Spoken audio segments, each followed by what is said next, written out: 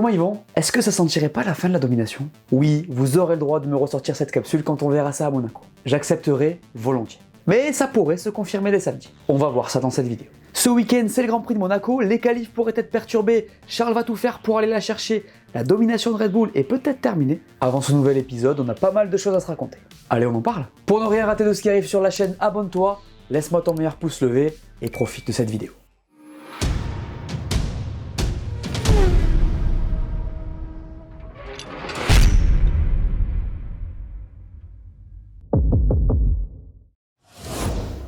On est de retour à Monaco. Ça fait plaisir. Alors je sais que certains n'aiment pas ce Grand Prix, je le comprends, mais il faut avouer qu'il y a quand même quelque chose avec ce tracé.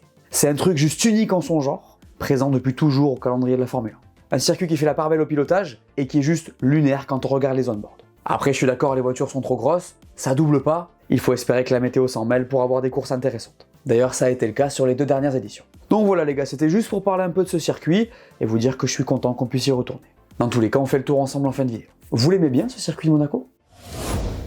On a vu des choses intéressantes à Imola. Une victoire de Max Verstappen certes, donc le mec que vous voyez le plus en dehors de votre copain ou copine depuis 2 ans, mais pas une victoire habituelle. C'est-à-dire qu'on a bien compris qu'elle était due à ses qualités à lui plus qu'à celles de sa voiture. Rappelez-vous du retour de Norris en fin de Grand Prix et vous allez comprendre de quoi je parle. Je vous mets le débrief ici pour plus d'infos. Le fait est les gars, que ce qui paraissait être un cavalier seul semble se transformer en lutte à 3. Ou en tout cas à 2 pour le moment, pour notre plus grand plaisir. Alors c'est pas fait, le développement c'est la clé, mais quand on voit le rythme de course, on peut se dire justement que pour McLaren c'est fait. Et que pour Ferrari, il ne manque plus qu'à trouver du rythme en qualif. Alors ça va clairement plus loin que ça, il y a plus de dynamique à analyser, mais c'est vrai que ce qu'on a vu à Miami et Imola peut nous donner beaucoup d'espoir pour le reste de la saison. Dont je précise, on n'a fait que le tiers. Cette histoire n'est pas encore terminée.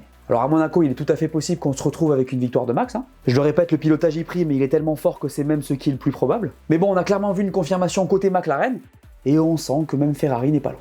D'ailleurs, je sais pas si vous avez vu la livrée des Anglais pour Monaco, mais elle fait vraiment plaisir. Spécial Senna, un régal. Pour en revenir au sujet, vous allez aussi me dire que Red Bull est la meilleure équipe, et vous aurez raison. Il suffit de voir le twist qu'ils ont réussi à faire à Imola entre le vendredi et le samedi. En fait, je trouve que ce qui est en train de se passer est vraiment très intéressant. Alors faut attendre pour savoir si ça se confirme. Barcelone sera d'ailleurs un vrai juge de paix pour ça, et puis il faudra voir comment les choses évoluent au niveau du développement.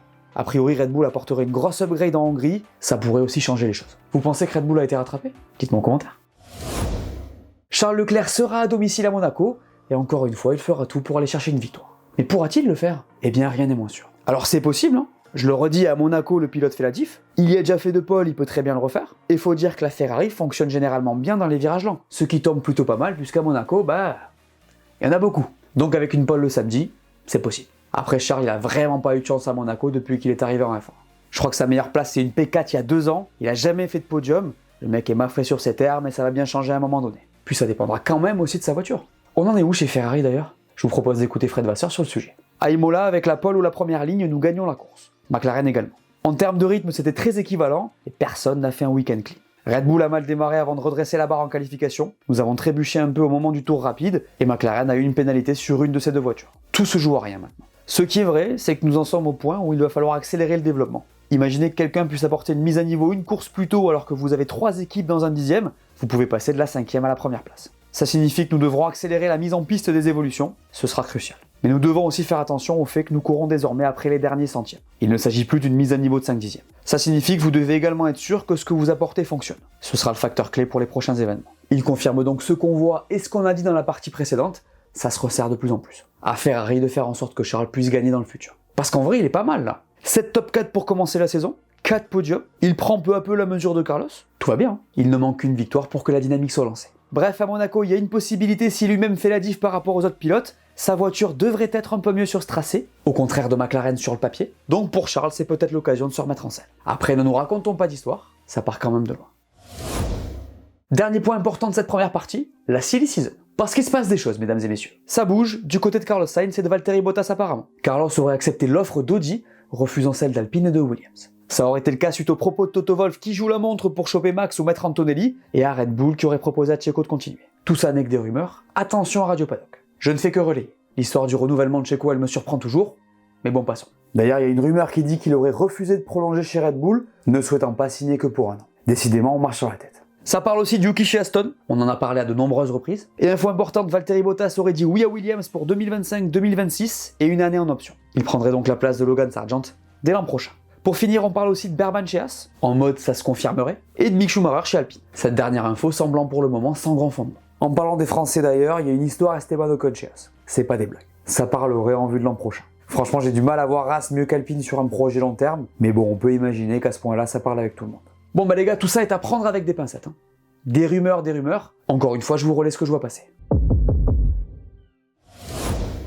Red Bull sera forcément sous pression à Monaco. Les choses se sont un peu corsées malgré la victoire à Imola, et la concurrence grossit de plus en plus dans le rétro. Alors Max est là, il fait toujours du Verstappen pour le plus grand plaisir de son équipe, mais comme je l'ai dit dans le débrief, il ne pourra pas toujours sauver les meubles. Red Bull a encore une avance assez confortable au championnat, mais on est au tiers de la saison et il semblerait que les choses se serrent de plus en plus. Du coup, c'est à partir de maintenant qu'il faudra scorer avec les deux voitures, et c'est là que Checo est important. Dès Monaco, il doit relever la tête et revenir au niveau qui était le sien en début de saison, sinon la concurrence pourrait revenir très vite au point. Le problème c'est que Monaco ne lui a pas réussi l'an dernier, je vous rappelle qu'il sort en Q1, et que depuis le prince de la ville, il en a pris une comme ça.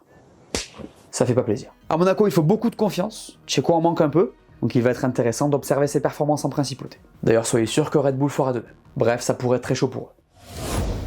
Aston est sous pression avant ce week-end. Les Anglais sont en train de glisser petit à petit dans un ventre mou du peloton, et leur dynamique est vraiment loin de ce qu'ils espéraient. Il apparaît qu'ils ont raté leur salve d'évolution à Imola, Mike Crack qualifiant même la voiture de difficile à piloter. C'est embêtant. Je dois vous rappeler que l'an dernier, ils ont joué la victoire à Monaco ou pas? Les gars, à une décision éclatée près, Fernando, il allait chercher la 33e. Hein. Autant vous dire qu'on en est vraiment loin. Pour le moment, l'équipe n'arrive pas à matcher le rythme de développement des top teams, et ça pourrait devenir problématique. En tout cas, faut espérer que la voiture sera plus simple à manœuvrer ce week-end, parce qu'à Monaco, ce genre de défaut ne pardonne pas. En parlant d'Aston Martin, il y a une rumeur assez forte qui dit que Mike Crack pourrait être remplacé par Binotto en tant que team principal.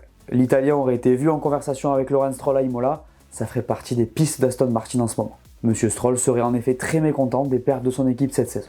On peut le comprendre. Après, si vous voulez mon avis, pas sûr que Binotto soit la solution non plus. Affaire à suivre.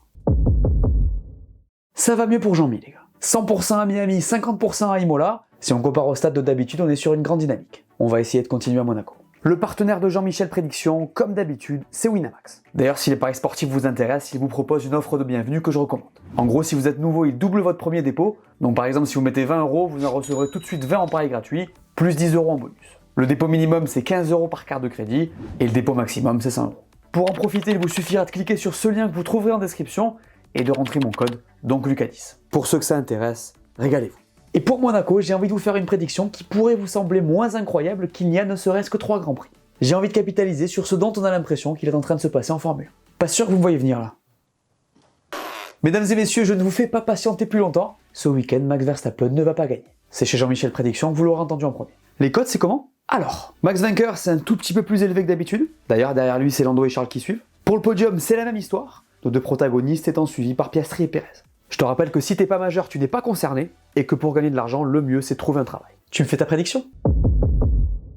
Alors, ce circuit de Monaco, mythe absolu du calendrier de la F1. Le premier Grand Prix a eu lieu en 1950, l'année de création du championnat du monde, et il y a toujours été présent depuis 1955, à part en 2020. Difficile de faire plus historique. Le circuit est incroyablement étroit, et c'est un énorme challenge pour les pilotes. T'as pas intérêt à choper une goutte de sueur dans l'œil. En gros, une saute de concentration, et t'es dans le mur. On fait un tour ou quoi? Allez, c'est parti dans cette très courte ligne droite des stands où les pilotes auront droit à un petit DRS. À Sainte-Dévote, on se trompe pas sur le point de freinage et on bloque pas les roues, sinon c'est dans le mur en face. Ici, c'est très tôt sur les gaz alors qu'on remonte très vite entre les rails de Monaco. Attention à ne surtout pas lâcher la trajectoire. Ça freine au numéro 3, mais il ne faudra pas trop perdre de vitesse si on veut arriver en bonne position au casino. Ici, on tombe une vitesse et c'est reparti vers Mirabeau. On évite la bosse et on rentre fort dans ce virage qui va nous amener vers l'enchaînement le plus lent de la saison. Ici, ça braque à fond à gauche et ça repart vers le portier qui va précéder l'entrée du tunnel. Attention à ne pas clipper la roue ici. On entre dans l'obscurité et là c'est à fond jusqu'à la nouvelle chicane où les plus audacieux tenteront de dépasser. Ça freine fort, on reste dans les limites de la piste et on repart vers le virage du tabac où on tombe 2 vitesses. Là ça va très vite mais pas de répit puisqu'on enchaîne tout de suite avec les 10 et 11 qui sont super rapides aussi. Là ça planche très fort et ça remet le pied sur les gaz tout de suite vers la rascasse où il faudra ralentir la voiture. Il restera le dernier virage et c'est la fin de ce tour. Vous aimez ce tracé? La météo de ce week-end monégasque. Vendredi, il devrait faire beau avec 75% d'humidité. Samedi, de la pluie est prévue en principauté. Et dimanche, ça devrait être comme vendredi. Le programme du Grand Prix de Monaco. Vendredi à 13h30, on aura les libres 1 et à 17h les libres 2. Samedi à 12h30, ce sera les libres 3 et à 16h les qualifs. Et dimanche à 15h, le Grand Prix. Pour ma part, je serai sur place, donc pas de réac ni de live chez Pole Position. Par contre, suivez-moi sur Insta, les stories risquent d'être intéressantes. D'ailleurs, je rentre lundi matin de Monaco, donc il se pourrait que le débrief ait un tout petit peu de retard. Je vous tiens au courant. Voilà, merci à tous de m'avoir écouté, j'espère que cette vidéo vous a plu, laissez-moi un pouce bleu, dites-moi en commentaire ce que vous pensez qui va se passer ce week-end. N'oubliez pas d'aller voir mes dernières vidéos que vous n'aurez pas vues, dites-moi tout, et on s'abonne. Allez, ciao!